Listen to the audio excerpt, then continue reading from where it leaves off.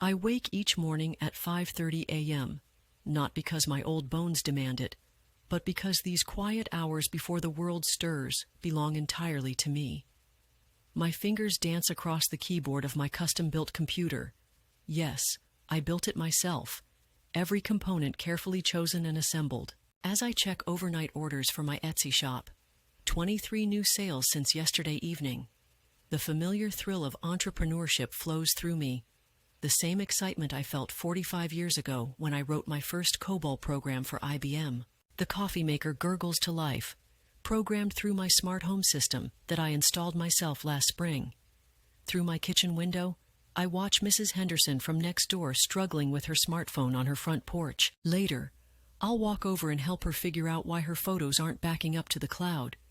People in our neighborhood have learned that the silver-haired woman in the modest blue house knows her way around technology better than most 20-somethings. My laptop chimes with incoming messages from my online seniors tech group. Harold in Phoenix finally figured out video calling with his son in Seattle. Margaret from Maine successfully set up her first online banking. These small victories fill me with more pride than any corporate achievement from my programming days. I'm helping bridge the digital divide, one senior at a time, though my family would be horrified if they knew. They prefer to think of me as the helpless grandmother who can barely manage a flip phone. The irony isn't lost on me. I spent 30 years writing code that still runs in bank systems across the country. I debugged programs that managed payroll for thousands of employees. I trained junior programmers who now hold executive positions at major tech companies. Yet when Tyler, my son-in-law, who works at a mid-level IT support company, visits, he speaks to me like I've never seen a computer before. "Grandma Dorothy," he'll say in that patronizing tone that makes my skin crawl, "you really shouldn't click on links in emails. The internet is dangerous for people like you. People like me." As if my decades of experience somehow evaporated when I turned 65. My phone buzzes with a text from Jessica, my daughter. The message preview shows her usual concern wrapped in busy executive efficiency. "Mom, Tyler says you're still using that old computer. We should really look into getting you something simpler. Maybe an iPad with parental controls?" Parental controls. For a woman who was debugging mainframe computers when Tyler was learning to tie his shoes. I set the phone aside and returned to my morning ritual, reviewing my business analytics. My handcrafted jewelry business has grown steadily over the past 3 years. What started as a hobby to fill empty evenings after Richard's death has become something substantial. The revenue dashboard shows I'm on track for my best year yet, nearly $50,000 in sales, with profit margins that would make any small business owner proud. The success feels especially sweet because I built it all myself. I taught myself digital photography to showcase my pieces. I learned social media marketing, search engine optimization, and customer relationship management. I integrated my Etsy shop with QuickBooks, set up automated inventory tracking, and even programmed a custom notification system that alerts me when certain materials run low. But my family sees only the grandmother who needs help setting the time on her microwave. The cruel irony is that I actually do know how to set the microwave clock. I pretend confusion because it's easier than enduring Tyler's lectures about complicated technology. Sometimes I wonder if I've played the helpless grandmother role so well that I've trapped myself in it. My computer dings with another notification. A customer has left a 5-star review. "Dorothy's pieces are absolutely stunning. The craftsmanship is incredible, and her communication was so professional. She even included a handwritten note with care instructions. Will definitely order again." These reviews warm my heart more than any family dinner where I'm treated like a child. Here, in the digital marketplace, I'm judged on my work, my customer service, my business acumen. Age is irrelevant when your product speaks for itself. I click through to my private Instagram account, not the sanitized version Jessica follows, but the real one where I share behind-the-scenes shots of my workshop, time-lapse videos of jewelry creation, and occasional tech tips for my fellow silver surfers. My followers don't know my age unless I tell them, and when they find out, they're usually impressed rather than condescending. The contrast with my family's perception stings more each day. A memory surfaces from last month's family dinner.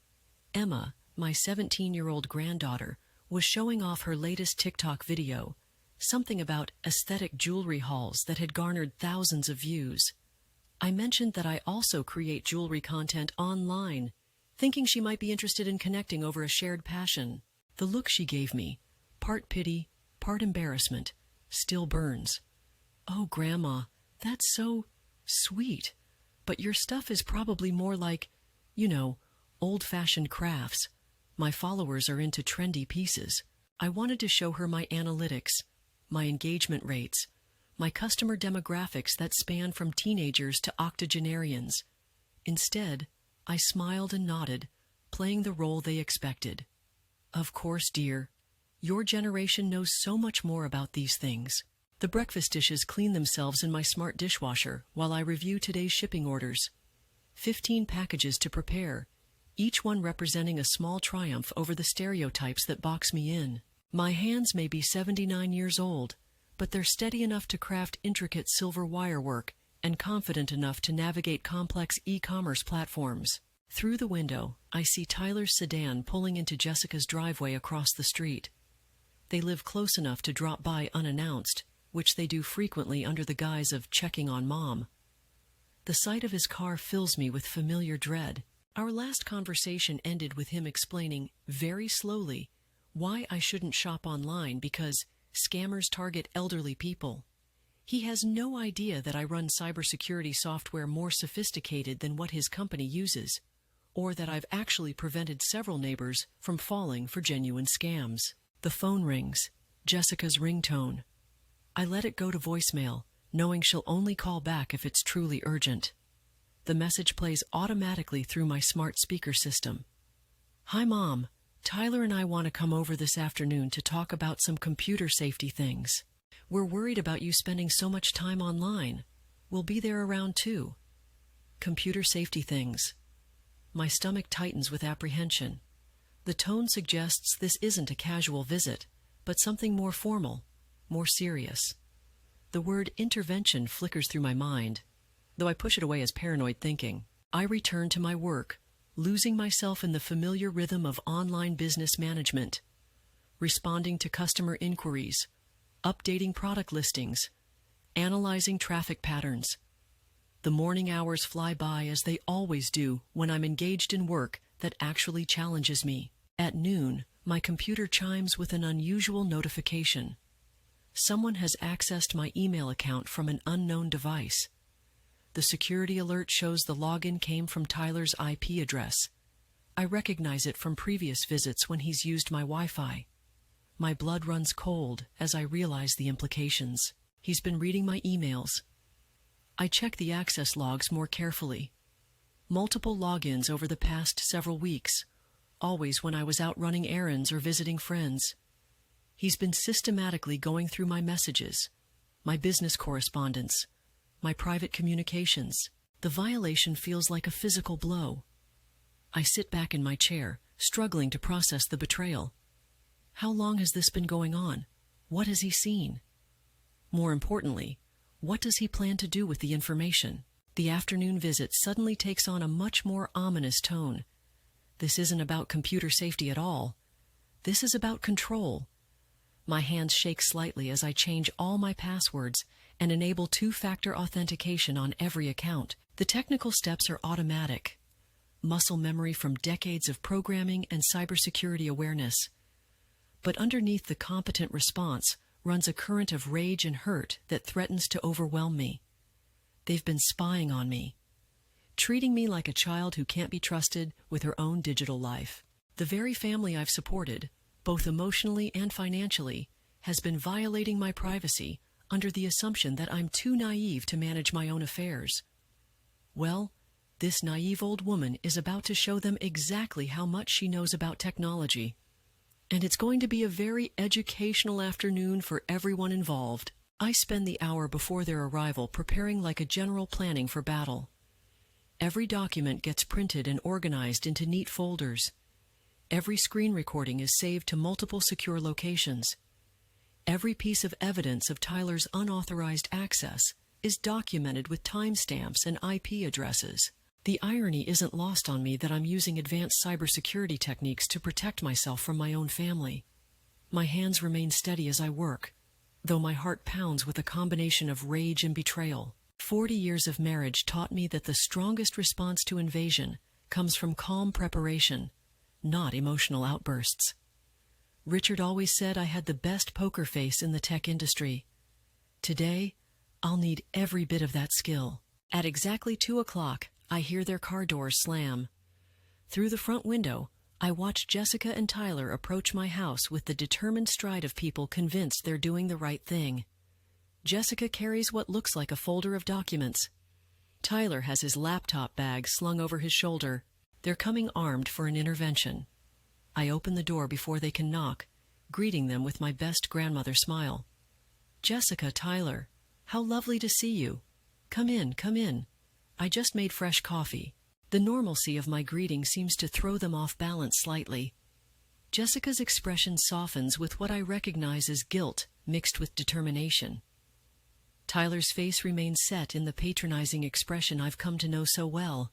"Thanks, Mom," Jessica says, accepting a mug from my coffee service cart, the one with built-in USB charging ports that Tyler once called unnecessarily complicated for someone your age.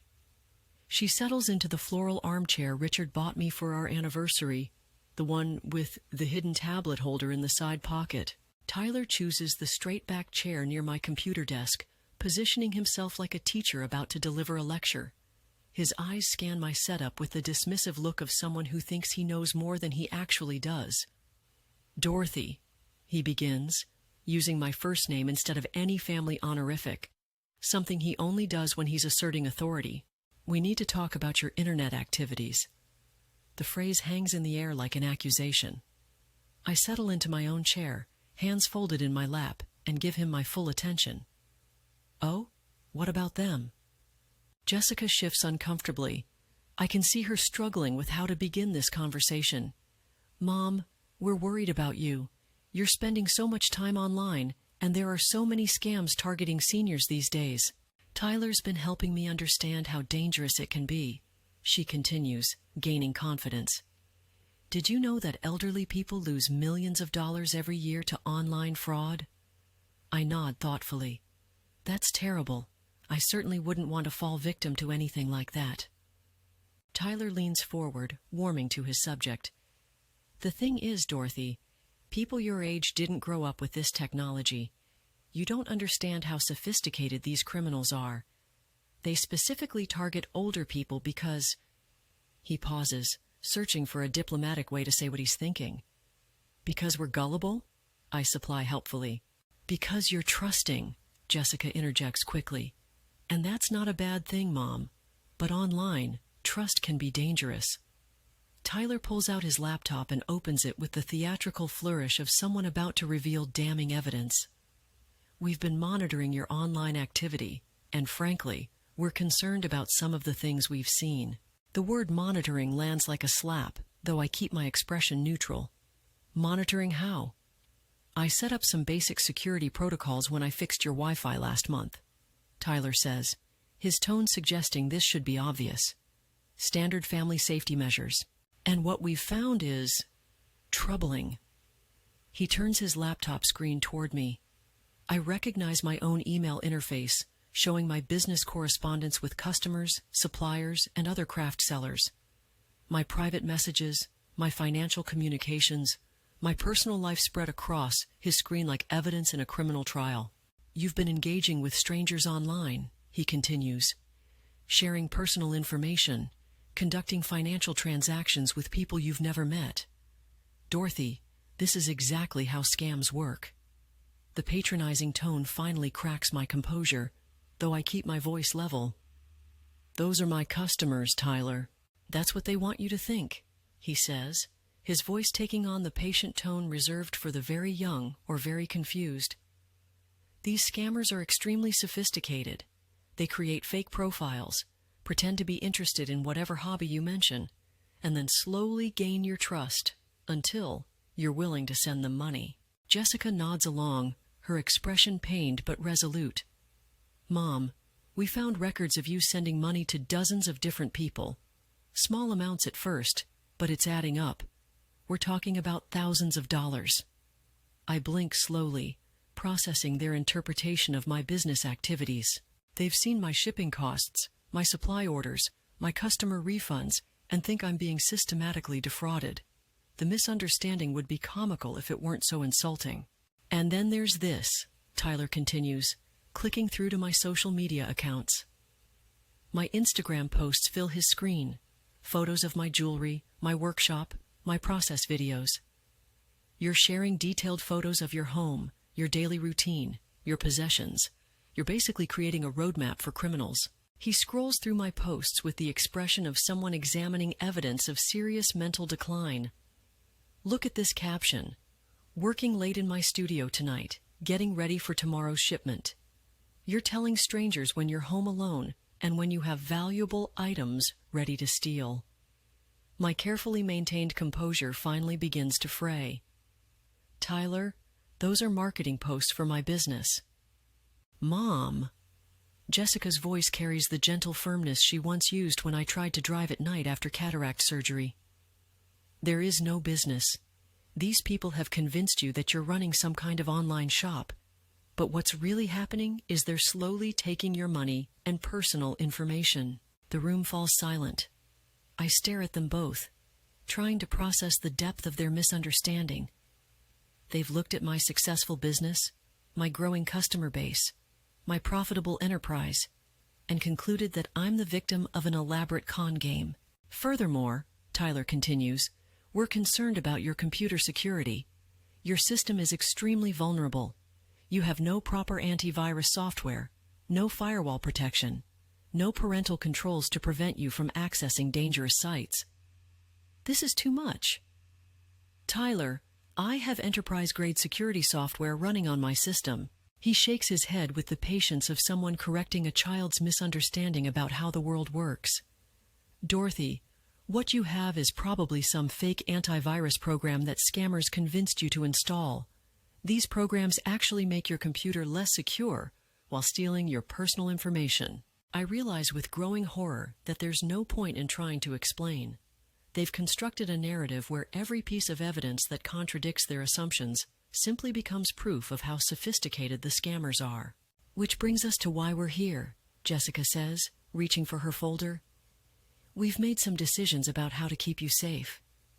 She pulls out a stack of papers that look suspiciously like legal documents. We've talked to an elder law attorney about your situation. Given the signs of financial exploitation we've uncovered, we think it's time to take some protective measures. My mouth goes dry. What kind of protective measures? Tyler leans back with the satisfied expression of someone who's about to solve a problem. First, we're going to disconnect your internet service, just temporarily, until we can get proper security measures in place. Second, Jessica continues, we've opened a new bank account with both our names on it. Any online transactions will need to go through us first, just to make sure you're not being taken advantage of. Third, we're going to replace your current computer with something simpler and safer, maybe a nice tablet with restricted internet access and some educational games. I stare at them, struggling to comprehend what I'm hearing. They're planning to isolate me digitally, control my finances, and replace my custom-built workstation with what amounts to a digital toy.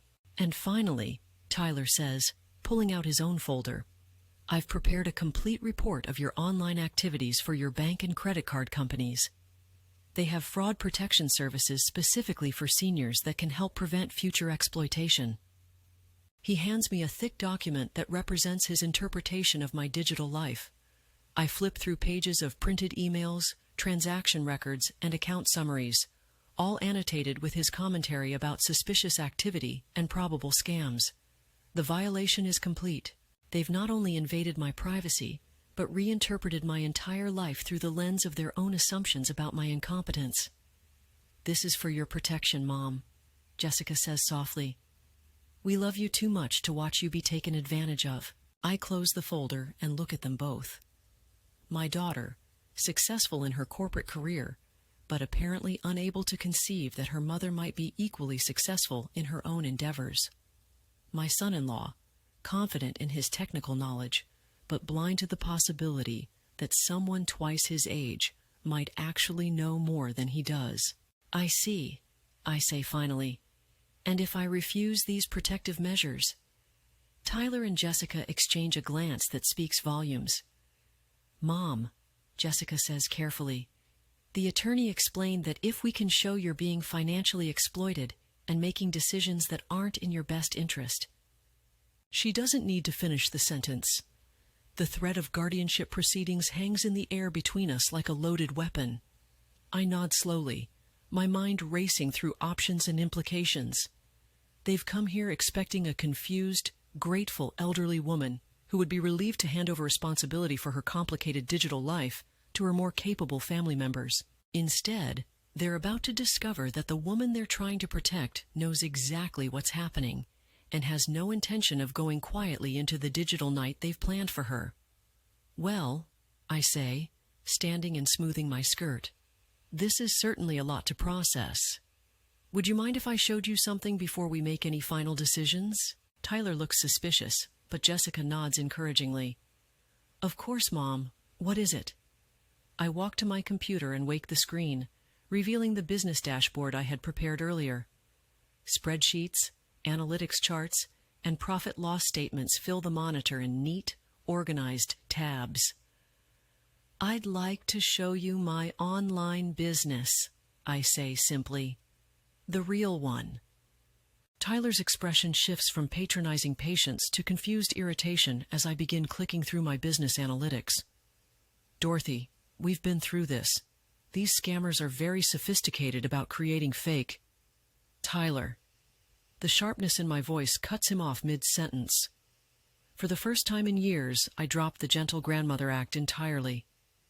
Please be quiet and listen. I pull up my Etsy shop dashboard, showing 3 years of growth metrics. This is my business, Dorothy makes. I design and create handcrafted jewelry.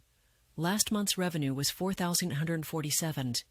Year to date, I'm at $38,203 in sales with a 67% profit margin. Jessica leans forward, studying the screen with the analytical mind that made her successful in the corporate world. Mom, these numbers, they look real. They are real, I say, opening my business banking account. This is the checking account I opened specifically for the business. It's connected to my PayPal, Stripe, and Etsy payment processing. Every transaction is documented and categorized for tax purposes. Tyler's face is cycling through confusion, disbelief, and something approaching panic. But the emails we saw, all those people you were sending money to.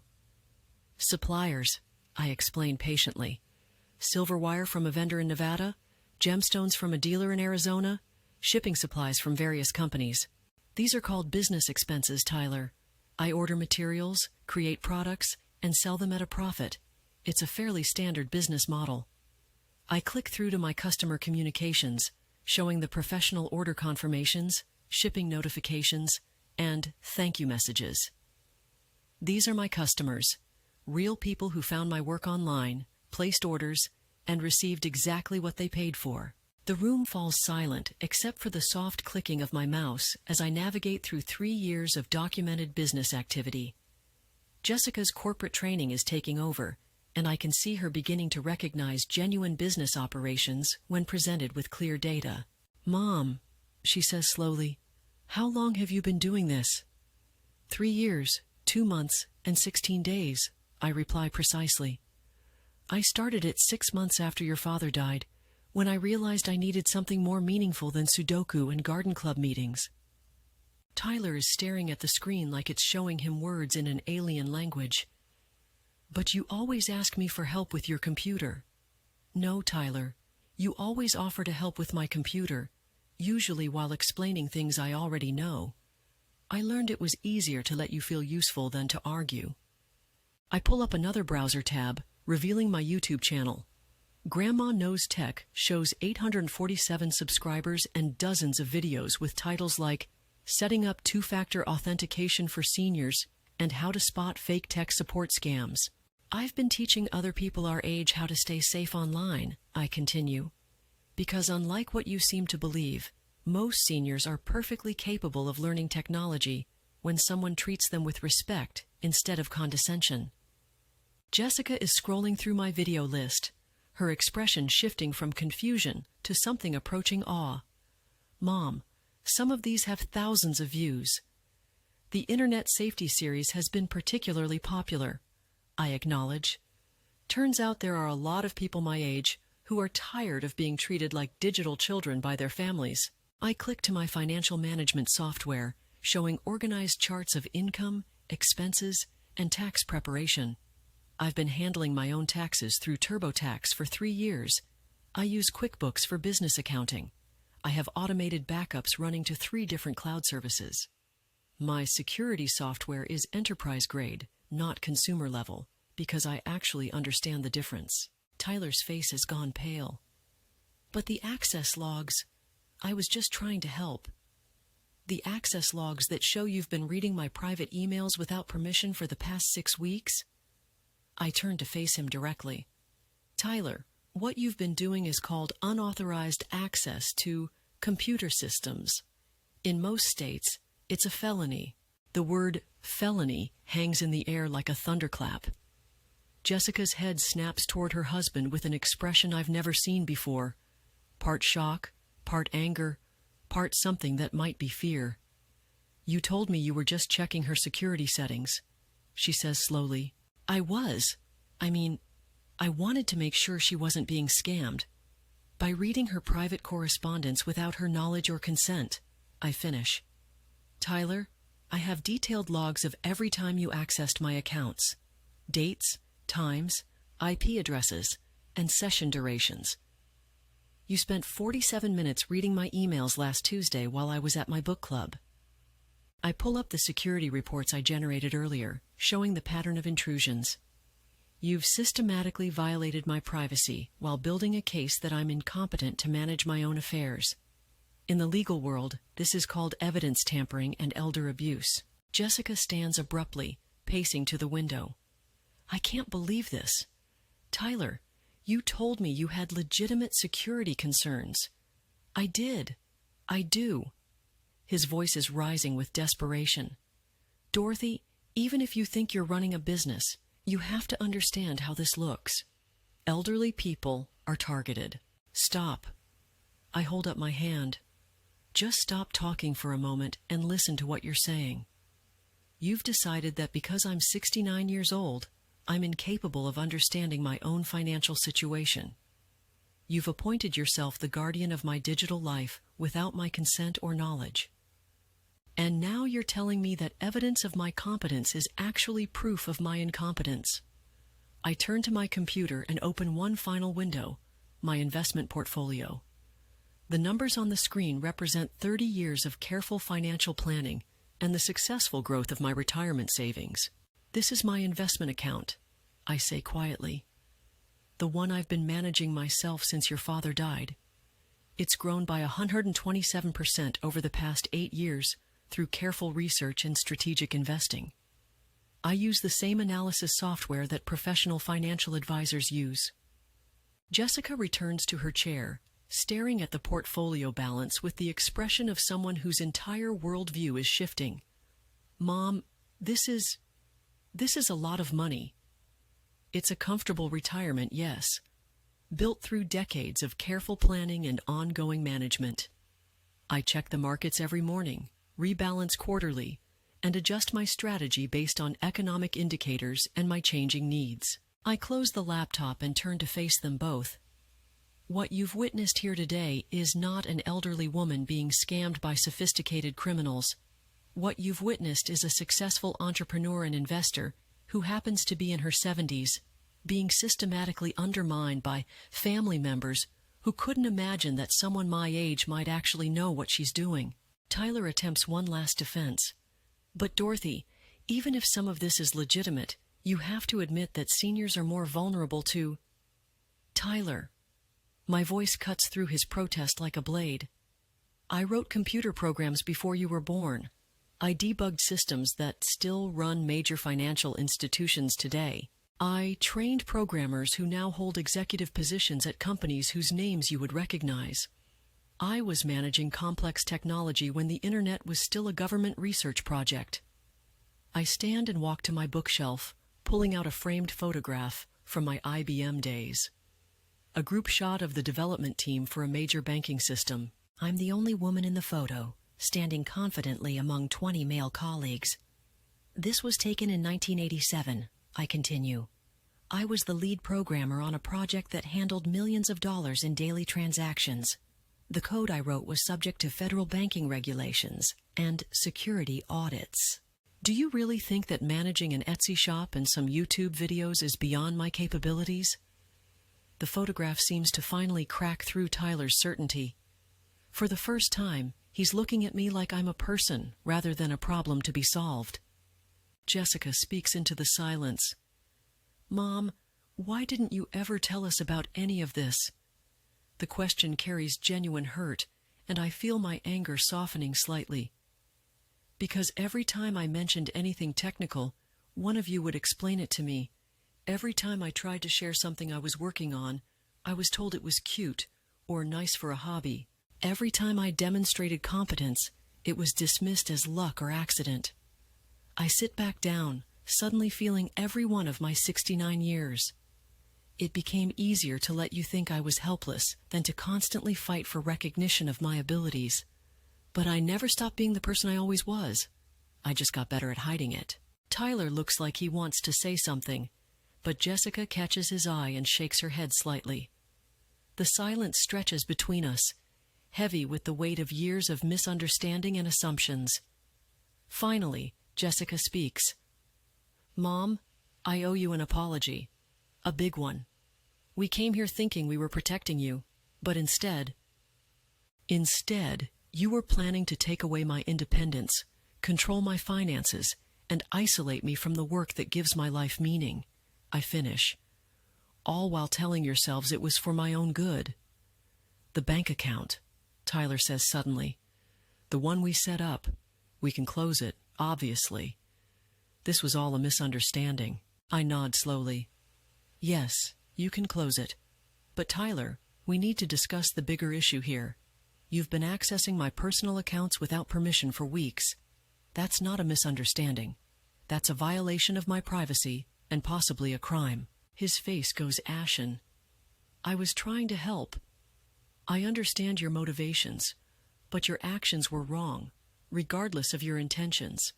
The question now is how we move forward from here. Jessica looks between us, her corporate problem-solving instincts engaging. What would you need from us to make this right? I consider the question carefully. The hurt and anger are still raw, but beneath them is something more important. The possibility of rebuilding our relationship on a foundation of truth rather than false assumptions. First, complete honesty about what you've seen and what you've shared with others. If you've discussed my supposed incompetence with other family members or professionals, I need to know. Tyler shifts uncomfortably. We mentioned our concerns to Emma, and I talked to my buddy at work about elderly internet safety. And the elder law attorney Jessica mentioned. We had a consultation, Jessica admits, but we didn't file any paperwork or make any formal complaints. Good. Second, I need assurance that my privacy will be respected going forward. No more monitoring, no more unauthorized access, no more treating me like a child who can't be trusted with her own life. They both nod quickly, though I can see the adjustment will be difficult for them. And third, I continue, I need you both to understand that this business, this YouTube channel, this entire digital life I've built, it's not going away. This is who I am. This is what I do. You can be part of it, or you can continue to see me as the helpless grandmother you prefer, but you can't have both. The ultimatum hangs in the air between us. I watch as they process the choice I'm offering them. Accept me as the competent, independent woman I am, or lose access to my real life entirely. Mom, Jessica says finally, I'd like to learn about your business. Really learn, if you're willing to teach me. Tyler looks less certain, but nods reluctantly. I'd like to apologize for the monitoring, for the assumptions.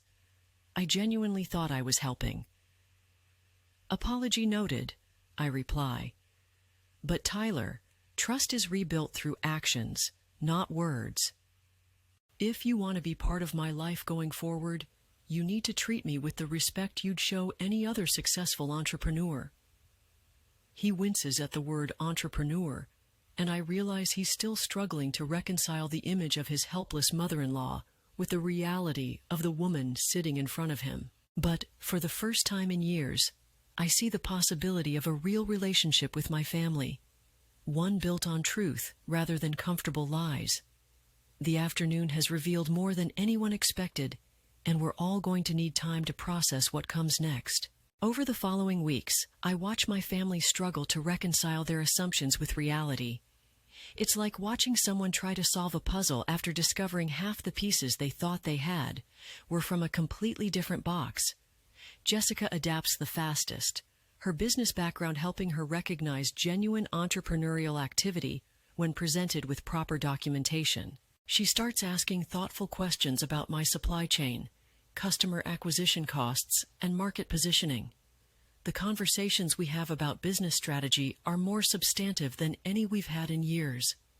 Tyler struggles more visibly. I catch him staring at me during family gatherings with the expression of someone who's discovered their pet goldfish has been secretly running a hedge fund. He apologizes frequently for the monitoring, for the condescension, for years of explaining technology to someone who understood it better than he did. But the real test comes when Emma visits for Sunday dinner 3 weeks after the revelation. My granddaughter arrives with her usual teenage confidence, launching immediately into stories about her latest TikTok viral moment and the brand partnerships she's negotiating. As always, technology and social media dominate her conversation, delivered with the casual assumption that she's the expert among us. "Oh, Grandma," she says when I mention updating my YouTube channel. "That's so cute that you're trying to do videos. Maybe I could help you figure out how to get more than 10 views." The comment lands in sudden silence. Jessica and Tyler both freeze, waiting to see how I'll respond to the casual dismissal they've watched me accept for years. Instead of my usual self-deprecating laugh, I pull out my phone and navigate to my channel. "Actually, Emma, my videos average about 1,500 views each. The Internet Safety series gets closer to 3,000. My most popular video, about recognizing phone scams, has been viewed 47,000 times." I hand her the phone, watching her expression change as she scrolls through my content. The subscriber count, the view numbers, the professional thumbnails, and consistent posting schedule, all evidence of a creator who knows what she's doing. But you always ask me to help you with your phone," she says weakly. "I ask you to show me the apps you use because I'm interested in your life," I reply gently. "But Emma, I've been using computers since before you were born. I don't need help with basic functions." She continues scrolling, her teenage confidence cracking. Some of these videos have hundreds of comments. My audience is primarily people over 50 who want to learn technology without being treated like children, I explain. They appreciate content created by someone who understands their perspective. Emma looks up from the phone with an expression I've never seen before, genuine curiosity mixed with something approaching respect. "Grandma, this is actually really good, like professional quality." "Thank you. I use the same editing software you do, just with different content." She hands back the phone, quiet for a moment as she processes this new information. Could you teach me some of this stuff? The analytics part? I never really understood how to read those numbers." The request surprises me. For years, Emma has positioned herself as the technology expert in our relationship. Asking for help represents a significant shift in how she sees me. "I'd be happy to," I reply. "But Emma, there's something else we need to discuss." I pull up her TikTok account on my laptop, showing her follower count and recent videos. "You have 23,000 followers and some impressive engagement rates. But have you thought about monetizing this audience beyond brand partnerships? She shakes her head, clearly not understanding where I'm going. Your content is creative and well-produced, but you're missing revenue opportunities. You could launch your own product line, create online courses teaching content creation to other teenagers, or develop a subscription-based community for young creators. I pull up a business plan template and start filling in ideas based on her existing content and audience. Within minutes, I've outlined 3 potential revenue streams she's never considered. "Grandma," she says slowly, "how do you know all this?" "Because I've built a business from scratch, using the same platforms you use," I reply. The principles are identical, whether you're selling jewelry to retirees or lifestyle content to teenagers. For the first time in our relationship, Emma is looking at me like I might actually have something valuable to teach her. But the real breakthrough comes when I show her my behind-the-scenes content creation process. The spreadsheets tracking video performance, the content calendar planned months in advance, the systematic approach to engagement and community building. "This is so organized," she breathes, studying my analytics dashboard. "I just post whatever I feel like posting." "And that works fine for creative expression," I acknowledge. "But if you want to build a sustainable business, you need to think strategically about content, audience development, and revenue optimization." We spend the next 2 hours going through her account together, analyzing her best-performing content and identifying patterns she's never noticed. I show her how to use analytics tools she didn't know existed, how to track audience growth trends, and how to identify content gaps in her niche. By the end of the afternoon, Emma has a 3-month content strategy and a preliminary business plan for expanding beyond social media into actual entrepreneurship. "Grandma," she says as she's packing up her laptop, "would you maybe want to collaborate on something? Like, do a video together?" The offer represents a complete reversal of our previous dynamic. Instead of me being grateful for her attention, she's requesting my expertise. "What did you have in mind?" "Maybe something about different generations using technology. Like, you could teach some of my followers about online safety, and I could show some of your followers about new apps and trends." It's a thoughtful proposal that respects both our audiences and expertise. I think that could work very well. As Emma leaves, chattering excitedly about content collaboration and business development, Jessica catches my eye with a smile that's equal parts pride and amazement. "I've never seen her take anyone's advice so seriously," she says. "She's smart and ambitious," I reply. "She just needed someone to show her how to channel that energy strategically." Tyler, who's been quietly observing the entire interaction, finally speaks up. "Dorothy, I have to ask, when you were helping with our Wi-Fi issues and computer problems over the years—" "You never had Wi-Fi issues," I say gently. "Your router was misconfigured, creating unnecessary bottlenecks. I fixed it while you were getting coffee, but let you think your cable restart solved the problem." He sits back in his chair, running his hands through his hair. "How many times did you fix things while letting me take credit?" "Tyler, it wasn't about credit. You enjoyed feeling useful, and I enjoyed having my problems solved. It seemed like a reasonable arrangement. But it wasn't honest. I consider this carefully. No, it wasn't. And I think that's my responsibility to own.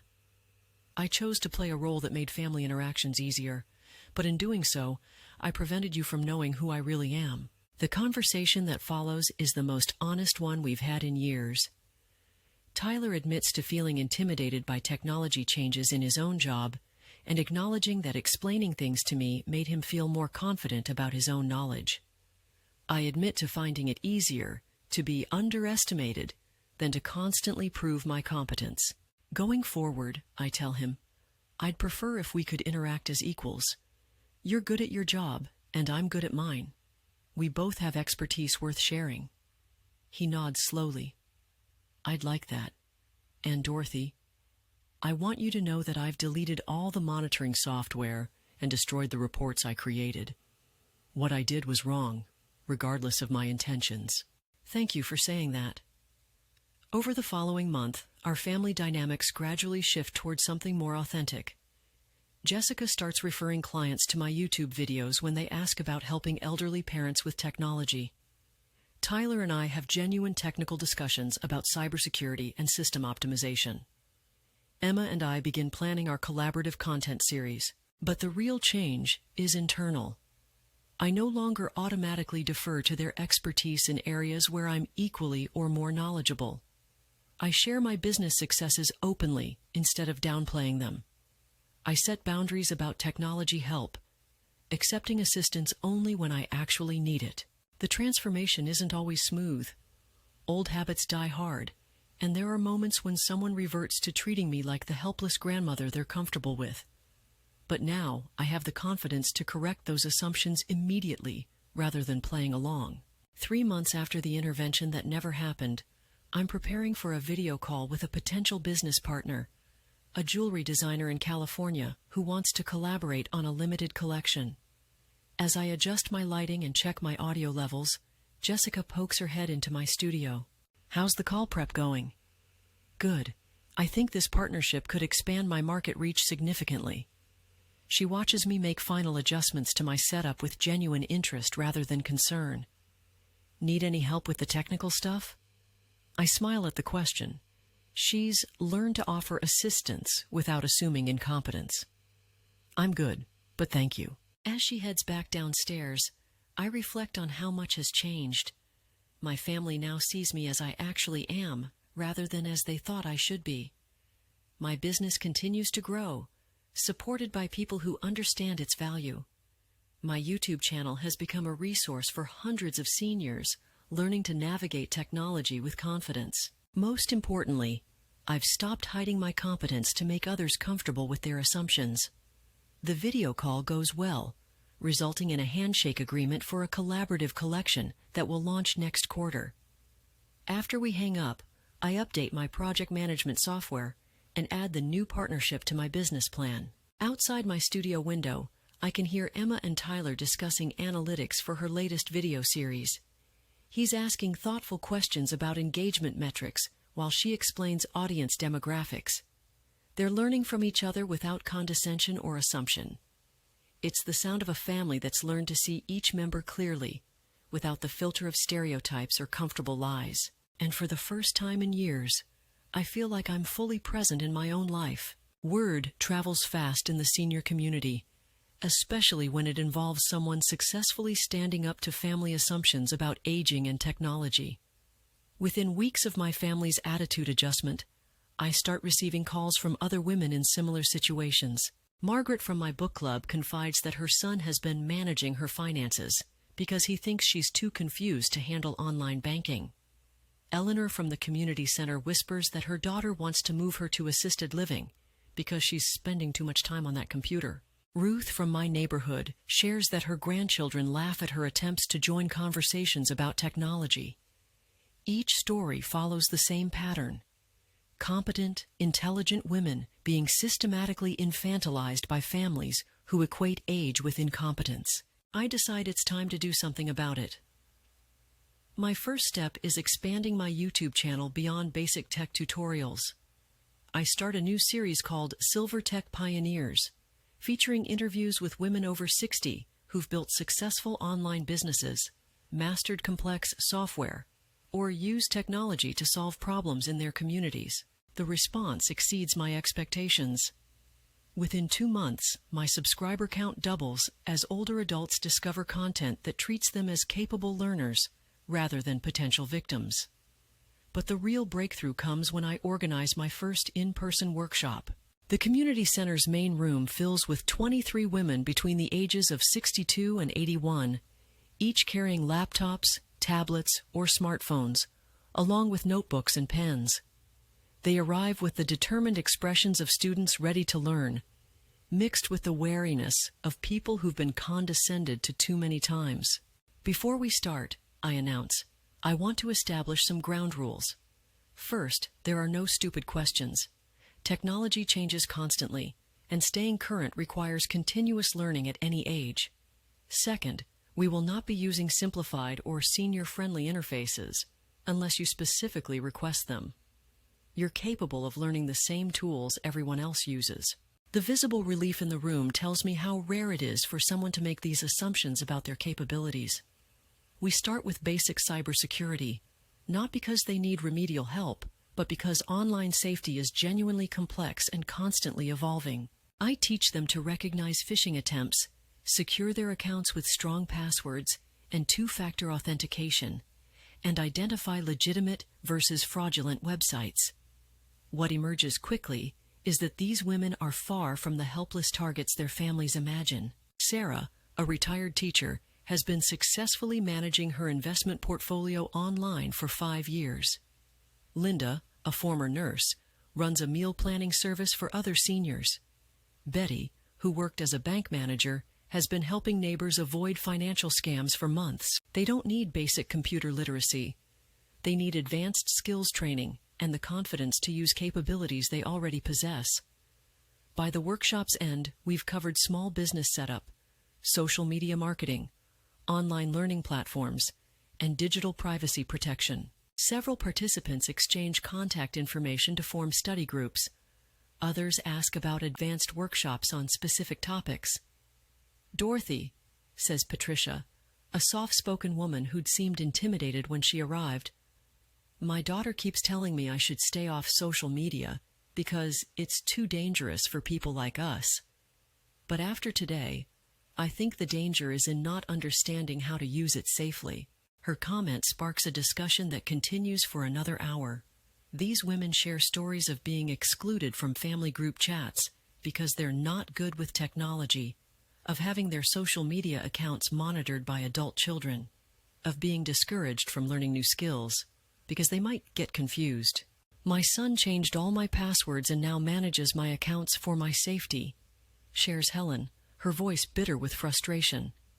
I built his first computer when he was 12, but apparently now I can't be trusted with my own email. The stories are painfully familiar. Each woman has been systematically undermined by family members who mistake protective impulses for loving care. What if we did something about this? I suggest. Not just learning technology for ourselves, but changing the conversation about aging and digital literacy. The idea that emerges over the following weeks is ambitious. A senior technology advocacy group that combines education with activism. We'll offer workshops and support for older adults learning technology, but we'll also challenge ageist assumptions in how technology is marketed and taught to seniors. We call ourselves the Silver Circuit Society, and our mission statement is simple: promoting digital literacy and technological independence for older adults through education, advocacy, and community support. Our first public action targets a local computer store's Senior Safe Computing class that promises to teach older adults to use simplified interfaces and basic safety rules. The class description reads like a guide for digital toddlers rather than capable adults who built careers, raised families, and managed complex lives. 6 of us attend the class, armed with thoughtful questions that quickly reveal the instructor's assumptions about our capabilities.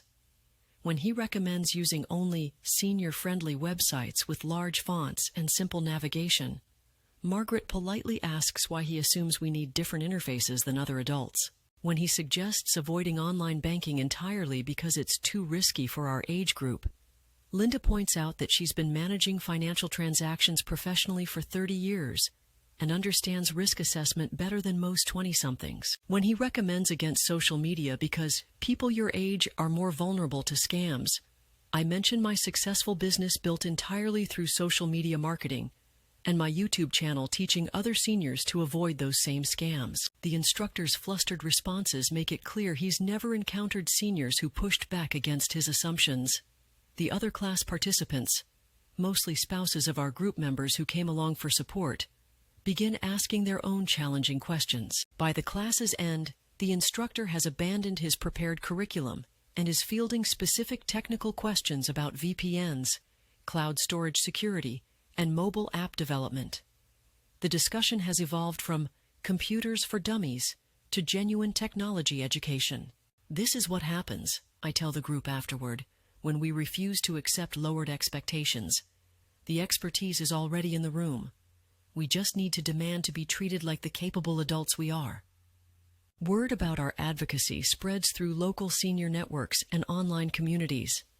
We start receiving invitations to speak at other community centers, senior living facilities, and even technology companies interested in better serving older consumers.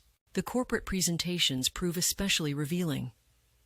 Time after time, we encounter marketing teams and product developers who've never seriously considered that seniors might want the same functionality as other users, delivered with the same respect and sophistication. We've been designing for what we thought seniors needed, admits a product manager at a major tech company, rather than asking what they actually wanted. Our feedback leads to genuine product improvements, simplified setup processes that don't sacrifice functionality, clearer documentation that doesn't talk down to users. But the real success stories happen at the individual level. Helen, whose son had taken control of her digital accounts, attends our Digital Rights and Family Boundaries workshop. Armed with information about elder financial abuse laws and strategies for assertive communication, she confronts her son about his overreach. When he argues it's for her protection, she demonstrates her cybersecurity knowledge and shows him her successful track record of avoiding scams and managing accounts responsibly. The conversation is difficult, but it results in restored account access and a new understanding between them. He genuinely thought he was helping, Helen reports, but he'd never bothered to find out whether I actually needed help. Margaret uses techniques from our Confidence in Tech Conversations session to redirect her family's condescending explanations. Instead of passively accepting lectures about technology she already understands, she starts responding with specific questions that reveal whether the lecturer actually knows what they're talking about. It's amazing, she tells our group, how quickly the mansplaining stops when you demonstrate that you understand the topic better than they do. Patricia launches her own small business, selling vintage knitting patterns through online platforms, using marketing strategies learned in our workshops. When her daughter expresses concern about strangers on the internet, Patricia shows her the business plan, customer testimonials, and security measures she's implemented. She went from treating me like a potential victim to asking for business advice, Patricia laughs. Turns out respect is much easier to earn when you stop accepting disrespect. 6 months after our first workshop, the Silver Circuit Society has grown to over 200 members across 3 counties. We offer monthly educational sessions, maintain an online forum for technical questions and business networking, and provide advocacy training for members dealing with family technology conflicts. But, perhaps most importantly, we've created a community where being older doesn't mean accepting limitations imposed by other people's assumptions about age. Emma joins me at one of our workshops, initially planning to help with technical demonstrations. Instead, she finds herself learning from women who've mastered skills she'd never considered. "Grandma," she says afterward, "Mrs. Chen's photography editing is better than most influencers I know, and Mrs. Rodriguez's website design is seriously impressive. I had no idea people your age were doing this level of work." Her comment, meant as a compliment, reveals how deeply ageist assumptions run, even among young people who consider themselves progressive and inclusive. "Emma," I reply gently, "we're not impressive for our age. We're impressive, period. The age part is irrelevant." The distinction matters more than she realizes. When we constantly qualify achievements by age, we reinforce the assumption that competence declines with years. When we refuse those qualifiers, we challenge the stereotype itself. As the Silver Circuit Society grows, I realize we're doing more than teaching technology or building businesses. We're reclaiming our place as fully autonomous adults in an age-obsessed culture that too often sees older people as problems to be managed rather than individuals to be respected. The work is far from finished. Ageism in technology remains pervasive, from user interfaces designed with patronizing assumptions to customer service policies that treat older callers as inherently less competent. But change is happening, one confident senior at a time, one challenged assumption at a time, one family conversation at a time. And I'm proud to be part of that transformation. The video that changes everything isn't planned as a major statement. It starts as a simple response to a news segment about seniors falling victim to online scams that treats everyone over 65 as helpless marks waiting to be exploited. The reporter interviews several families who've had to take control of elderly relatives' internet access, presenting digital isolation as a necessary safety measure. The piece concludes with expert advice to keep seniors offline and monitor their digital activities for their own protection. Watching the segment fills me with the same rage I felt during Tyler's intervention attempt, but magnified by the realization that this condescending attitude is being broadcast as responsible family guidance. I set up my camera and record what I intend as a measured response to the problematic assumptions in the news piece. Instead, what emerges is 3 minutes of concentrated passion about dignity, autonomy, and the difference between protection and control. My name is Dorothy Williams. I'm 79 years old, and I'm tired of being talked about like I'm a child who can't be trusted with the internet. I speak directly to the camera, my voice steady despite the anger driving my words. Yes, online scams exist. Yes, some target older adults. But the solution isn't digital house arrest. The solution is education, respect, and recognition that people don't become incompetent the moment they turn 65. I walk viewers through my business metrics, my cybersecurity setup, and my track record of helping other seniors avoid scams. I show them the comments from my YouTube community. Hundreds of older adults who've successfully learned to navigate digital spaces with confidence and competence. The most dangerous scam targeting seniors, I conclude, isn't online fraud. It's the scam that convinces families they need to treat capable adults like children. That destroys independence, dignity, and autonomy in the name of protection. And it needs to stop. I upload the video to my channel with the title, "Stop Treating Seniors Like Digital Children," and go to bed thinking it might get a few hundred views from my regular audience. I wake up to over 15,000 notifications. The video has been shared across social media platforms, embedded in blog posts, and picked up by news aggregators. Comments pour in from viewers of all ages, seniors sharing similar experiences, younger adults recognizing their own family dynamics, and families beginning difficult conversations about respect and autonomy. My daughter saw this and called to apologize for taking over my Facebook account, writes one commenter. She said she never realized how condescending she was being. I'm 34 and I've been treating my mom exactly like this, admits another. This video is making me rethink everything about how I interact with her technology use. But the response that moves me most comes from a granddaughter. I showed this to my whole family. My grandmother is brilliant and we've been treating her like she's not. This ends now. Within 48 hours, the video has 200,000 views and continues climbing. News outlets reach out for interviews. Podcasters want to discuss ageism and technology.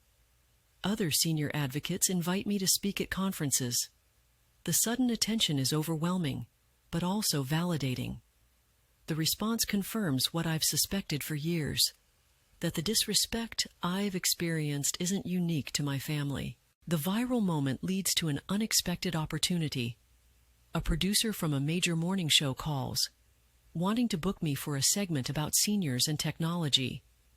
But when I read their proposed talking points, I realize they want to use me as an inspiring exception that proves the rule rather than challenging the assumptions themselves. "We love your story," the producer explains. "The grandmother who learned technology and built a business. It's so heartwarming how you overcame the challenges of being older." "I didn't overcome the challenges of being older," I correct her. "I overcame the challenges of other people's assumptions about being older. Those are very different things. The distinction matters, but she doesn't seem to understand it." The segment format they propose positions me as an unusual success story, rather than evidence that their basic premise about seniors and technology is wrong. I decline the interview and instead propose something different. A panel discussion featuring multiple older adults who've successfully integrated technology into their lives and businesses. They're not interested. The narrative of the exceptional grandmother who defied expectations sells better than questioning whether those expectations are justified in the first place. But other opportunities emerge from people who do understand the bigger picture. A technology conference invites me to give a keynote about age inclusion in digital design. A university's gerontology program asks me to guest lecture about autonomy and dignity in family relationships. A major tech company wants to consult on making their products more inclusive of older users. Each speaking engagement reinforces the same message. Older adults don't need simpler technology or more protection from digital dangers. They need the same respect, education, and support offered to any other user demographic. The responses vary widely. Some audiences embrace the message immediately, recognizing their own biases and committing to change. Others resist, defending their protective instincts and insisting that concern for older relatives justifies controlling behavior. The most challenging conversations happen with adult children who genuinely believe they're acting out of love. They share stories of elderly parents who've fallen for scams, made confusing purchases online, or struggled with technology interfaces. But my mom really did get scammed, one audience member insists during a Q&A session. She lost $3,000 to fake tech support. How is protecting her from that wrong? Teaching her to recognize and avoid scams would be protection, I reply. Taking away her computer access is control. The difference is whether the solution preserves or destroys her autonomy. But what if she doesn't want to learn? What if she just wants us to handle everything?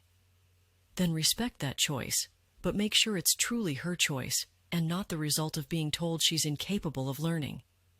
Many people avoid technology because they've been convinced they're too old to understand it, not because they actually lack the ability. These conversations reveal how deeply embedded ageist assumptions are, even among people who would never consider themselves prejudiced.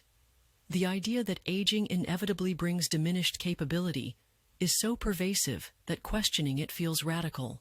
But change is happening. The Silver Circuit Society expands into new states as local groups form around similar principles. Other senior advocates report increased interest in their programs. Technology companies begin consulting with older focus groups instead of making assumptions about what seniors want or need. Most gratifyingly, families start having different conversations. I received dozens of emails from adult children who watched my video and realized they'd been infantilizing competent parents. Some describe difficult but necessary discussions about respect and boundaries. Others share stories of discovery, learning about parents' hidden digital skills and interests. I thought I was protecting my dad by managing his email, writes one daughter. Turns out he's been running a vintage car parts business through online forums for 3 years. I had no idea he was so tech-savvy because I never bothered to ask. The viral video also brings criticism. Some argue that I'm encouraging dangerous independence for a vulnerable population. Others insist that family oversight is necessary because older adults are inherently more susceptible to scams and manipulation. The most pointed criticism comes from Tyler, who feels publicly called out despite not being named in the video. During a family dinner 2 weeks after the video's release, he brings up the negative comments. Some people are saying you're putting other seniors at risk, he says, his tone defensive. That families have legitimate reasons for monitoring their parents' online activities. Do you agree with them? I ask directly. He squirms uncomfortably. I think there's a balance. Some seniors really do need help. Tyler, do you think I needed the kind of help you were providing when you were reading my emails? The question hangs in the air between us. Jessica watches the exchange with obvious tension, caught between loyalty to her husband and recognition of his past overreach. No, he admits finally. You didn't need that kind of help, but not everyone is like you. That's the point, I tell him. You assumed I needed help without ever asking whether I actually did. You decided I was incapable without any evidence of incapacity. That's exactly the problem I'm talking about. The conversation that follows is uncomfortable but necessary. Tyler acknowledges that his fear-based approach to my internet use was based on stereotypes rather than assessment of my actual capabilities. He also admits that controlling my digital access made him feel useful and important in a way that respecting my independence didn't. "I think I needed to feel like you needed me," he says quietly. "When I realized you were more competent than I assumed, it felt like I wasn't necessary anymore." His honesty is painful but illuminating. The desire to feel needed can drive protective behavior that actually harms the people we're trying to help. "Tyler," I tell him, "I will always need you, but I need you as a son-in-law who respects me, not as a guardian who controls me. Those are different relationships, and the first one is much more valuable than the second." The viral video's impact extends far beyond my family, or even my direct community. It becomes part of a growing conversation about ageism, autonomy, and the assumptions we make about capability across generations. But, perhaps most importantly, it demonstrates that older adults have powerful voices when they choose to use them, and that those voices can reach audiences far beyond what anyone expects. 6 months after that 3-minute video, I'm invited to speak at the White House Conference on Aging about digital inclusion and technology access for older Americans. The invitation represents a level of influence I never imagined when I started making YouTube videos in my spare bedroom. Standing at the podium, looking out at an audience of policymakers, advocates, and fellow seniors, I think about how far we've come and how far we still have to go. The question isn't whether older adults can learn technology, I tell the audience. The question is whether we'll create environments that support their learning or barriers that justify our assumptions about their limitations. The applause that follows isn't just polite recognition. It's the sound of minds changing, one person at a time. And that's how real progress happens. Not through grand gestures, but through persistent challenges to comfortable assumptions, delivered with the authority that comes from lived experience and demonstrated competence. The viral video was just the beginning. The real work continues in every family conversation, every workshop, every moment when someone chooses to see capability instead of limitation. 1 year after Tyler's failed intervention, my family gathers for Thanksgiving dinner in my newly renovated home. The changes aren't dramatic, but they reflect my transformed relationship with my space and my life. My studio has expanded into what used to be the formal dining room, with professional lighting for video recording and organized storage for both jewelry supplies and computer equipment. The dining room table, where Tyler once spread out evidence of my supposed incompetence, now displays samples from my latest jewelry collection, pieces that will be featured in a boutique gallery opening next month. My laptop sits open to analytics showing my YouTube channel's growth to 15,000 subscribers and my business's trajectory towards 6-figure annual revenue. But the most significant change isn't in the furniture or equipment. It's in how my family interacts with me. Emma arrives early to help with cooking, but also to set up cameras for recording our collaboration video about intergenerational technology sharing. At 18, she's evolved from thinking technology expertise belonged exclusively to her generation to recognizing valuable knowledge across all age groups. "Grandma, I've been thinking about your suggestion for the online course platform," she says as we arrange appetizers. "I want to structure it like your business model, focusing on sustainable growth rather than just viral moments." The conversation that follows would have been impossible 2 years ago. We discuss customer retention strategies, pricing models, and content development with the mutual respect of business partners. She asks thoughtful questions about my experience and offers insights from her perspective without either of us talking down to the other. Tyler arrives with Jessica, carrying a bottle of wine and what looks like a wrapped present. His transformation has been the most dramatic of anyone's. The man who once monitored my email because he thought I was being scammed now regularly asks for my advice on his own cybersecurity setup. "Dorothy," he says, handing me the package, "I wanted you to have this." Inside is a framed certificate, an official completion document from an online course about elder law and digital rights. He took the class to better understand the legal implications of his previous behavior and to educate himself about respectful family technology support. I figured if I'm going to give advice about technology safety, he explains, I should actually know what I'm talking about instead of just making assumptions. The gesture means more than he probably realizes.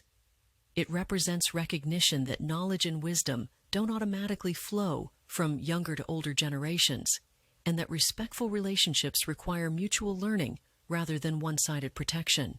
Jessica has embraced her role as my business advisor, bringing her corporate experience to bear on strategic planning for my expanding enterprises. She helped me navigate the legal requirements for converting my sole proprietorship to an LLC, and she's been invaluable in preparing for meetings with potential investors interested in scaling my educational content. Mom, she says, pulling out her phone to show me something, I got an interesting call this week. A client's mother saw your White House speech online and wants to know if you do consulting for family technology conflicts.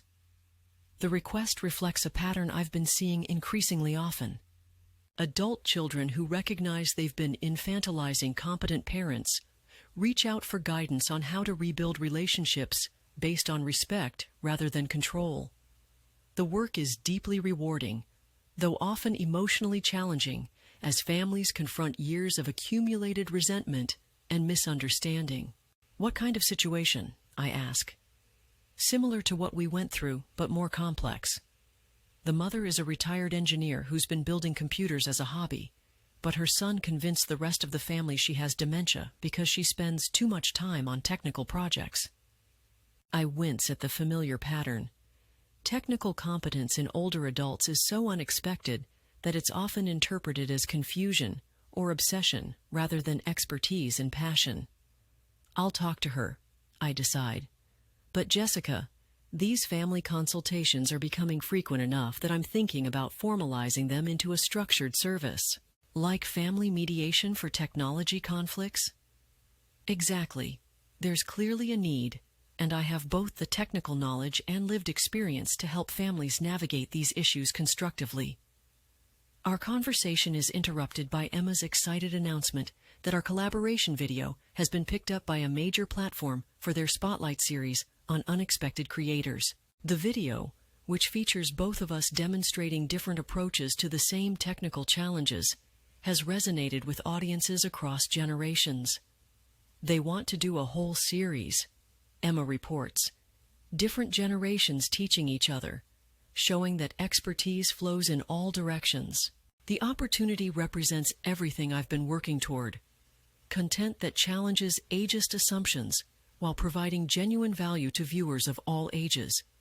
More importantly, it positions older adults as teachers and experts rather than students or victims. As we sit down for dinner, I look around the table at my family and reflect on how much has changed. The condescension is gone, replaced by genuine curiosity about each other's work and perspectives. The protective control has been replaced by supportive collaboration. But the real transformation isn't in how they see me. It's in how I see myself. I no longer apologize for my competence or hide my achievements to make others comfortable. I don't pretend confusion to avoid challenging their assumptions.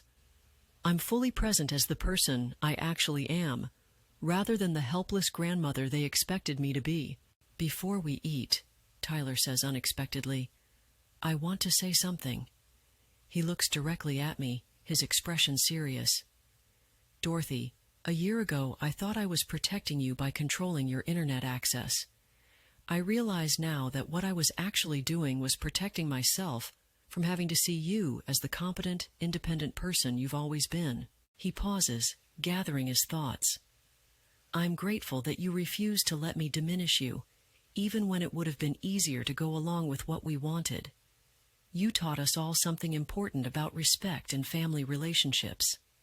The acknowledgement is more meaningful than any apology. It demonstrates understanding not just of what he did wrong, but why it was wrong and how to do better going forward. Jessica raises her wine glass. To Mom, who refused to be diminished and taught us to see her clearly. To Grandma, Emma adds, who showed me that expertise and wisdom come from experience, not just age or youth.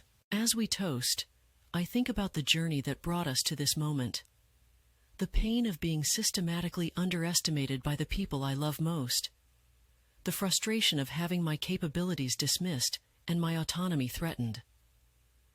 The work of rebuilding relationships on a foundation of truth rather than comfortable assumptions, but also the joy of being fully seen and respected. The satisfaction of using my skills to help others in similar situations. The pride of demonstrating that aging doesn't require accepting diminished expectations or surrendering independence. Over dessert, Emma shares her plans for expanding her content creation into educational programming. Tyler describes his experience in the elder law course and his growing awareness of ageism in technology policies. Jessica talks about implementing age-inclusive practices in her own company's family leave and elder care policies. Each conversation reflects the ripple effects of our family's transformation. When we stopped accepting ageist assumptions within our own relationships, it changed how we interact with these issues in the wider world. I've been thinking, I tell them, about taking the Silver Circuit Society national. There's interest from communities across the country, and I believe we could create a real movement around technology inclusion and age discrimination. The announcement generates immediate enthusiasm and offers of support. Emma volunteers her social media expertise for outreach. Tyler offers to help with the technical infrastructure. Jessica proposes connecting with her professional networks for funding and organizational support. But the offer that surprises me most comes from an unexpected source. Dorothy, Tyler says carefully, I know this might sound strange given our history, but I'd like to help with the cybersecurity education component. I've learned a lot about elder-focused tech safety over the past year, and I think I could contribute something valuable. The proposal requires careful consideration. Working together would represent the ultimate transformation of our relationship, from control-based to collaborative. But it would also require ongoing negotiation of boundaries and mutual respect. I'm interested, I tell him, but with clear agreements about our respective roles and expertise. This would be a partnership between equals, not a supervisory relationship. Understood. I want to contribute to something you're leading, not take over something you've built. His response demonstrates the growth he's achieved over the past year.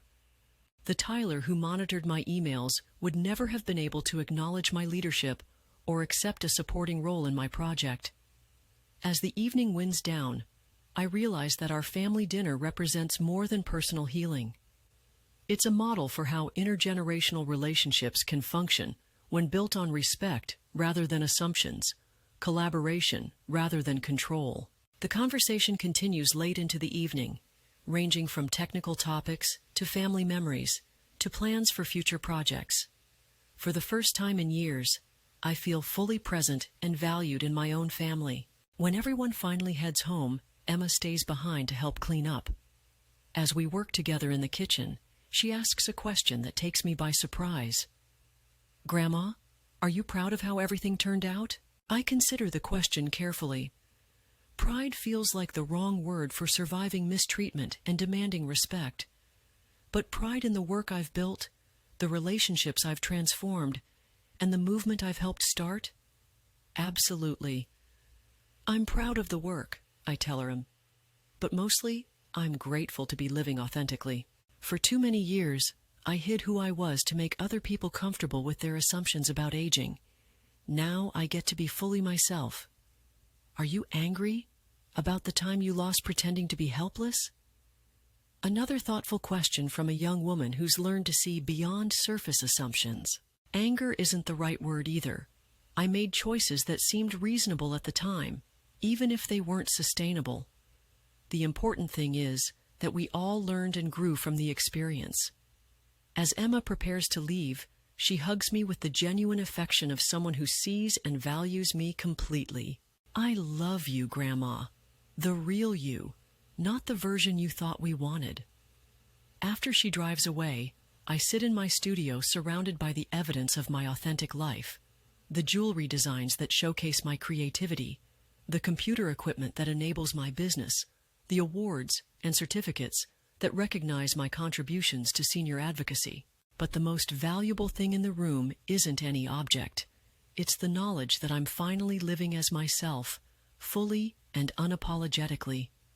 The phone rings, interrupting my reflection.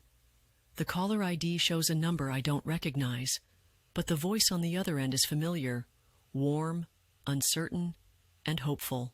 Ms. Williams, this is Carol Henderson. My daughter saw your video about family technology conflicts, and, well, I think I need help. My son has been telling everyone I'm getting confused because I spend time on the computer, but I'm actually running a small business selling my photography online. I settle back in my chair, reaching for a notepad. Another family caught in the trap of mistaking competence for confusion, love for control. Another opportunity to help someone reclaim their autonomy and dignity. Carol, I say gently, tell me about your photography business. I'd love to hear what you're creating. As she describes her work, nature photography sold through multiple online platforms, with a growing customer base and steady revenue, I hear the pride and passion that her family has misinterpreted as obsession.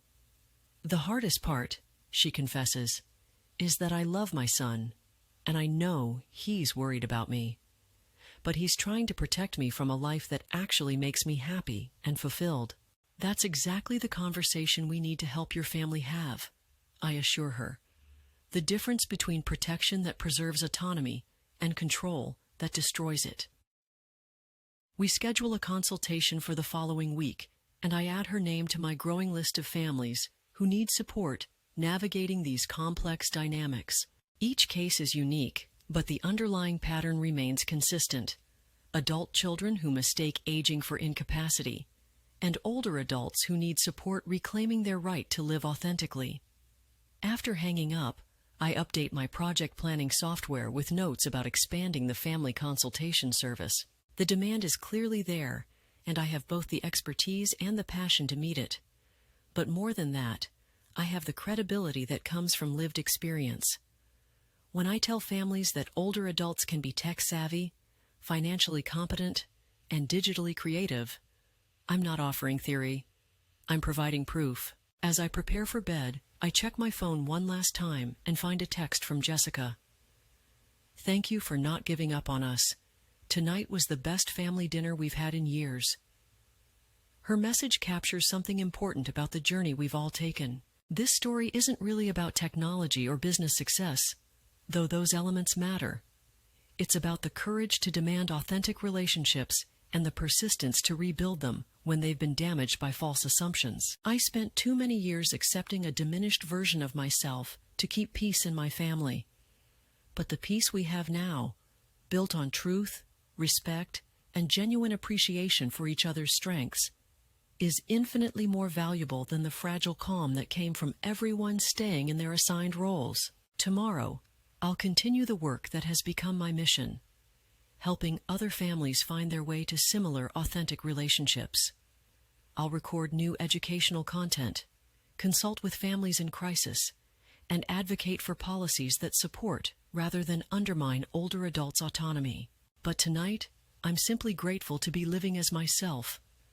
Dorothy Williams, entrepreneur, educator, advocate, and grandmother. Not despite my age, but as a fully realized person whose age is just one aspect of a complex, valuable, and ongoing life. The auditorium at the technology conference is packed beyond capacity, with overflow seating and live streaming to accommodate the unexpected demand for my keynote presentation. The title, Designing for Dignity, Age-Inclusive Technology in Practice, reflects how far the conversation has evolved from my first viral video about not treating seniors like digital children. As I take the stage, I scan the audience and see the diversity I've been working toward. Young developers sitting next to silver-haired entrepreneurs, family caregivers mixed with senior advocates, corporate executives learning alongside community organizers. 2 years ago, I begin. My son-in-law tried to take away my computer because he thought I was being scammed. Today, My business is on track to exceed $100,000 in annual revenue, and my family consultation service has helped over 200 families rebuild relationships based on respect rather than control. The laughter that follows is warm and knowing. Many people in the audience have their own stories of family technology conflicts, assumptions about aging, and the hard work of changing ingrained patterns. But this isn't really a story about one grandmother who got lucky or one family that figured things out. I continue. This is about recognizing that the problem was never seniors being incapable of learning technology.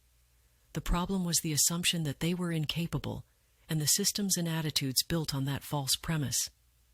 I click to my first slide, showing statistics from the Silver Circuit Society's national expansion. In 18 months, we've established chapters in 43 states, trained over 5,000 seniors in advanced technology skills, and documented countless cases of older adults building successful online businesses, creating digital art, and using technology to solve problems in their communities. The data tells a clear story, I explain. When older adults receive respectful, age-appropriate education that doesn't talk down to them or assume incompetence, they learn technology at the same rates as any other adult population. The barrier isn't cognitive, it's cultural.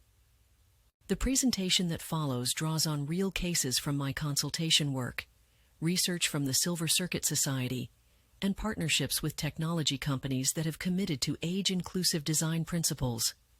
I share stories of seniors who've become successful content creators, built thriving e-commerce businesses, and used digital tools to maintain independence and community connection. But I also discuss the ongoing challenges. Ageist marketing that assumes older adults want simplified rather than accessible interfaces. Customer service policies that treat age as a predictor of incompetence. And family dynamics that prioritize control over support. The solution isn't to protect older adults from technology, I conclude.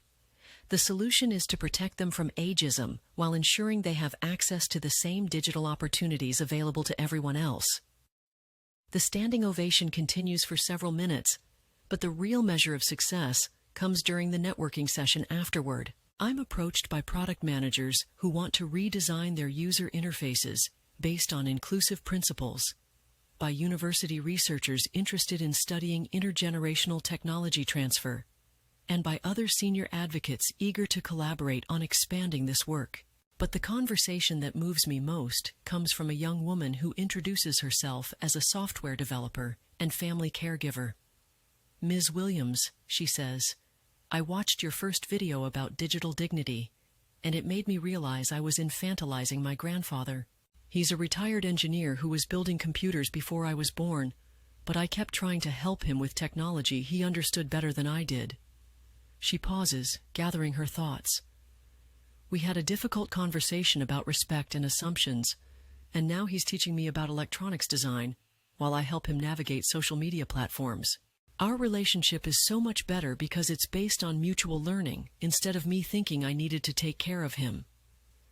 These personal transformations represent the real impact of the work, not just policy changes or business success, but families discovering more authentic ways to relate to each other across generations. As the conference winds down, I check my phone and find a text from Emma.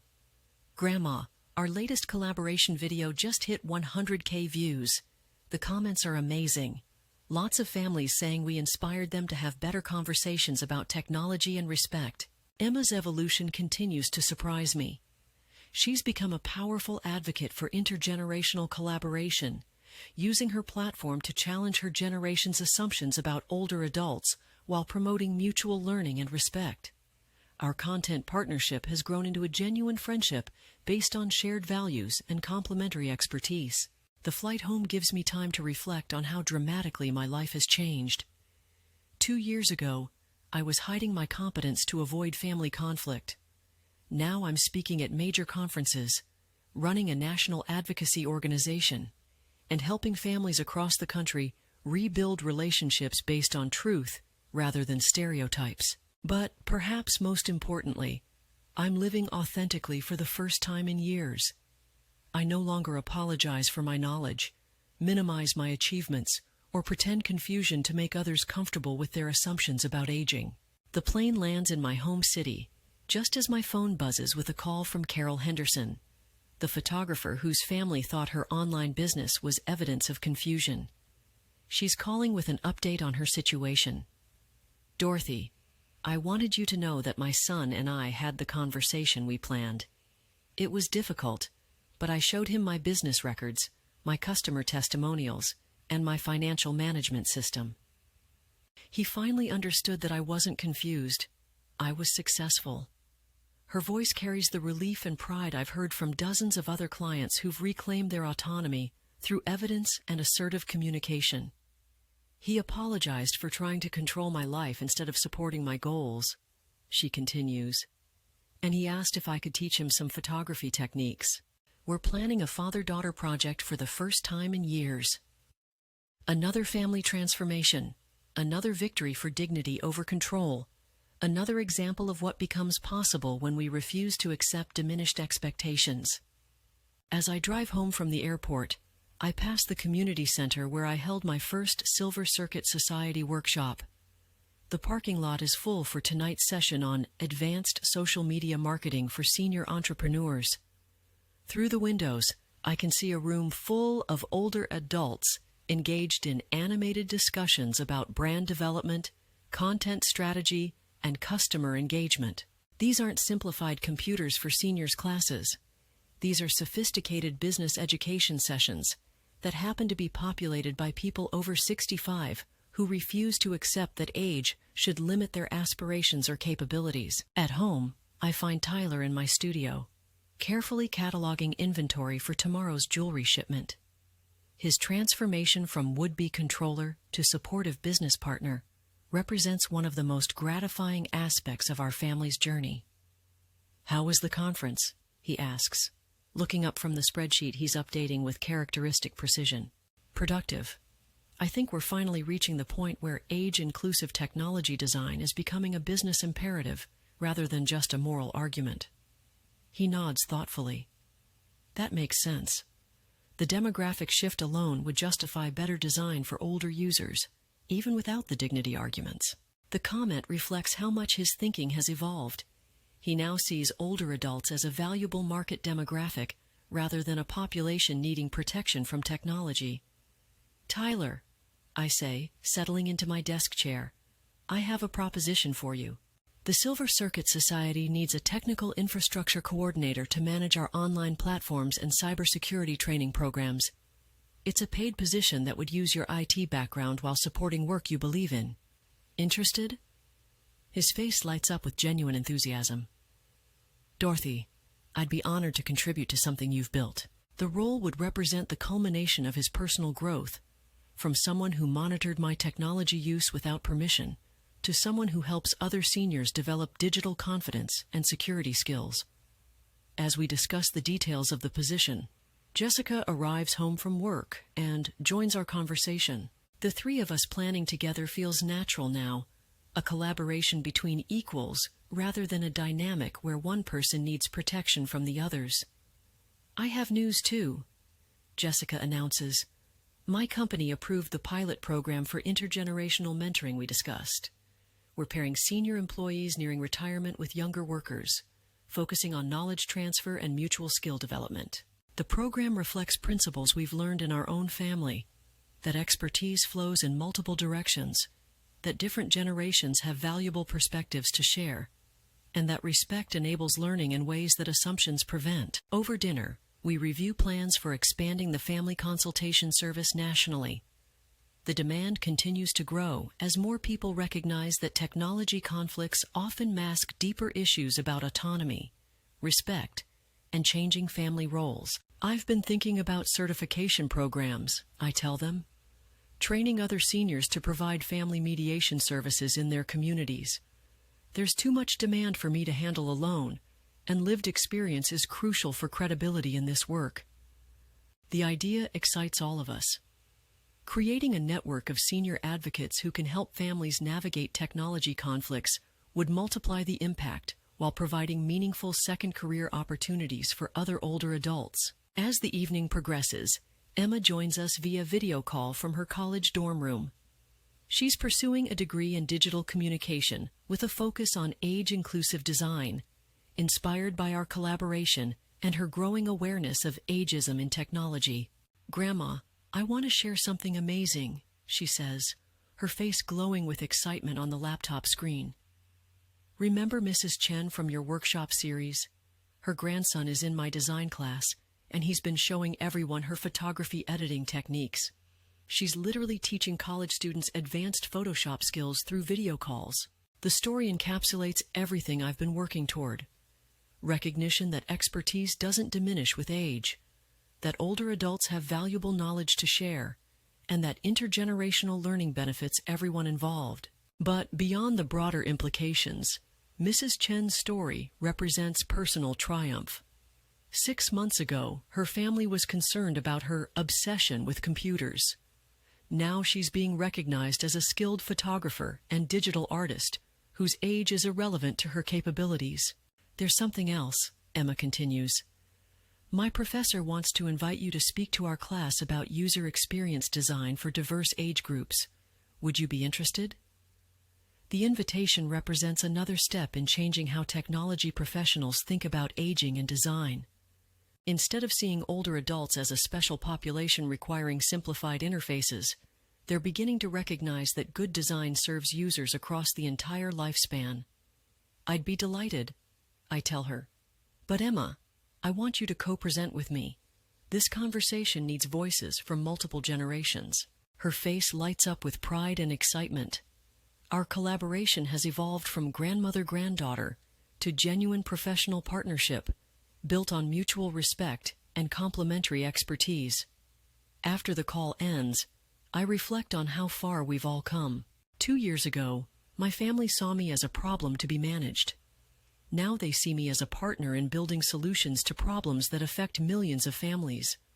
But the real transformation isn't in how they see me. It's in how I see myself and what I've learned about the power of refusing to accept diminished expectations. As I prepare for bed, I check my email and find a message that brings tears to my eyes. It's from Helen, the woman whose son had taken control of her digital accounts, writing to update me on her progress. "Dorothy, I wanted you to know that my son and I have rebuilt our relationship on a foundation of respect rather than control. He now asks for my advice on financial planning. It turns out that managing money for 40 years taught me things he's still learning. But, more importantly, he sees me as a person rather than a problem. Thank you for showing me that I didn't have to accept being diminished." The message reminds me why this work matters beyond business success or conference presentations.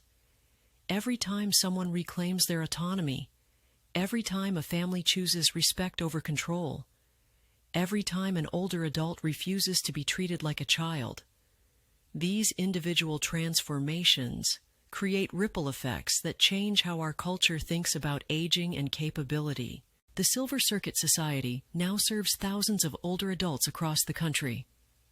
My business has grown beyond what I imagined possible. My family relationships have been rebuilt on foundations of truth and respect. My advocacy work is influencing policy and practice in technology companies and educational institutions. But the achievement I'm most proud of is simple. I'm living authentically as myself, fully and unapologetically, at an age when society expected me to accept a diminished role. The story that began with a failed family intervention has become a testament to the power of refusing to be controlled by other people's assumptions about what older adults can or should do. And every day brings new opportunities to help others discover the same freedom. The freedom to be seen clearly, respected completely, and valued for who they actually are, rather than who others think they should be. The future stretches ahead full of possibilities, and I intend to explore every one of them with the confidence that comes from knowing exactly who I am and what I'm capable of achieving. Because the most powerful thing any of us can do is refuse to be diminished by other people's limitations on our potential. And at 79 years old, I'm just getting started.